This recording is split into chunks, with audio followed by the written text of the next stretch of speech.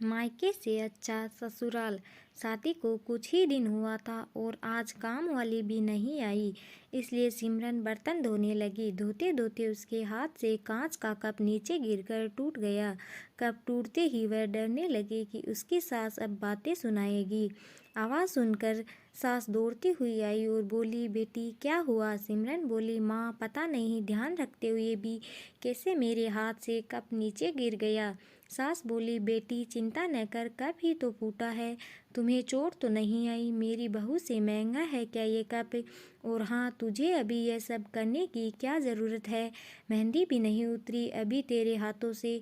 अभी तुम मेरे बेटे के साथ ज़्यादा से ज़्यादा समय बिताओ और एक दूसरे को समझो। सास ने अपनी बेटी को बुलाया और कहा, सोनू इधर आकर अपनी भाभी का ख्याल रखो, अभी इस घर में नई नई आई है। सोनू ने कहा, हाँ माँ। सास फिर बहू से बोली, शुरू में तुम मुझे अपनी माँ ही समझना, मुझे भी तुम्हारा दिल जीतना है, सास बनकर नहीं माँ बनकर।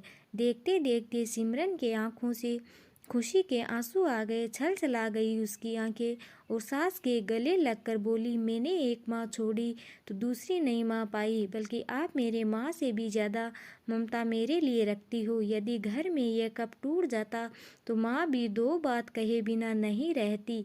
रात को सिमरन की नींद ही उड़ गई। रह रहकर शाम की घटना याद आ रही थी।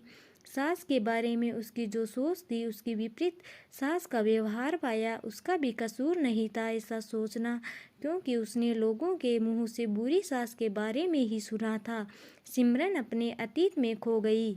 उसे फिर याद आया कि कुछ साल पहले उसके इकलौते भाई की शादी हुई थी। मेहंदी का रंग उतरने से पहले ही माँ ने भाभी पर काम की पूरी जिम्मेदारी डाल दी और अपने ही नियम कानून के हिसाब से भाभी को चलने के लिए मजबूर कर दिया।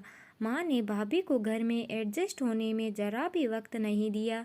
भैया भाभी को बाहर ले जाते तो माँ का मुंह फूल जाता और बोलते कि हर समय भाभी को साथ ले जाने की क्या ज़रूरत है। कभी भी भाभी को खुली हंसी हंसते नहीं देखा।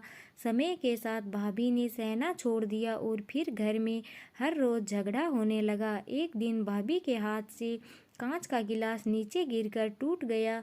माँ चिल्लाने लगी कि कितनी कीमती गिलास तोड़ दिया। किसी न किसी बात पर वह भाभी पर चिल्लाती। भाभी भी गुस्से से बोल देती थी कि माँ मैं तो बैठी खाती हूँ, आप तो खड़ी खड़ी खाती है।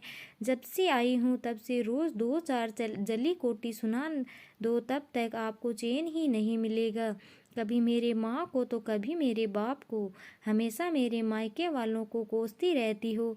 ऐसे ही माँ और भाभी एक दूसरे के साथ बहस करती रहती थी। सिमरन ने घर के अलावा और भी कई जगह पर सास बहू के झगड़े सुनते सुनते वह डर गई थी, इसलिए शादी से कतराने लगी। मगर माँ बाप के कारण ही उसे शादी करनी पड़ी और अनजान भैया को लेकर ससुराल आ गई। पर आज की घटना से उसकी सोच बदल गई कि सब सास और बहू एक जैसी नहीं होती। नींद न आने की वजह से उसने सोचा कि चलो थोड़ी देर माँ से बात कर लूँ। माँ ने इतनी रात को उसे फ़ोन करते देख कहा, बेटी सब कुछ ठीक है न? कहीं तुम्हारे पति से या सास से झगड़ा तो नहीं हो गया? सिमरन बोली, नहीं माँ, ऐसा कुछ नहीं है। मालूम है माँ, आज मेरे हाथ से कांच का गिलास नीचे गिर गया। तभी सास आ गई। मेरे आगे बोलने से पहले ही मेरी माँ ने बोलना शुरू कर दिया। बेटा फिर तेरे सास के चिल्लाने पर तूने अच्छा सा जवाब दे दिया ना? हाँ बेटा, कभी भी दबकर नहीं रहना। तुम एक पढ़ी लिखी अच्छी लड़की हो, तुम में कोई कमी नहीं है, इसलिए कभी भी सुनना मत। तभी बात को काटते हुए सिमरन बोली, माँ अब बस करो, मैं अपने दूसरी माँ के खिलाफ कुछ नहीं सुन सकती। माँ थोड़ा आश्चर्य हो गई और बोली, ये क्या बोल रही हो? सिमरन बोली, हाँ माँ, आज मेरे हाथ से जब कप गिरा तो मेरे सास ने बिल्कुल भी मेरे साथ बुरा व्यवहार नहीं किया। अंत में सिमरन बोली, अब आप समझ गई न सारी बात? माँ एक और बात कहनी थी, आप बुरा तो नहीं मानोगे? उसकी माँ बोली, हाँ बेटा बोल। सिमरन बोली, माँ, खास आप भी मेरी नई माँ की तरह भाभी के साथ व्यवहार करती तो शायद भैया और भाभी अलग घर में नहीं रहते। अपनी बेटी की यह सब बातें सुनकर उसे एहसास हुआ कि उसने अपने बहू के साथ कितना गलत व्यवहार किया था। उसकी बेटी ने उसकी आंखें खोल दी। सिमरन कुछ बोलती तभी उसकी माँ बोली, सिमरन, अब जब तू यहाँ आएगी तो पूरे परिवार को एक साथ पाएगी। अब फ़ोन रख, मुझे बेटे और बहू के स्वागत की तैयारी करनी है। शादी के बाद नई ज़िंदगी की शुरुआत में अगर आज सास समझदारी से काम नहीं लेती, अपनापन नहीं जताती, तो शायद शुरुआत की नींव ही कमज़ोर होने से पूरी ज़िंदगी आपस में दरार पड़ जाती है। कप को फूटने से कोई नहीं रोक सकता, लेकिन प्रेम को टूटने से तो हम रोक सकते हैं। कांच के टुकड़े हो जाए पर घर के टुकड़े न होने दे। अपने घर में प्रेम का वातावरण बनाए रखिए, एक दूसरे को समझे, एक दूसरे की इज्जत करे, तो घर स्वर्ग बन जाएगा।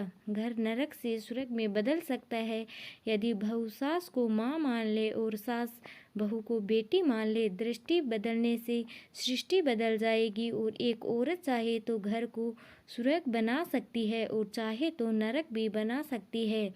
कहानी अच्छी लगे तो लाइक कमेंट करके ज़रूर बताएं। धन्यवाद।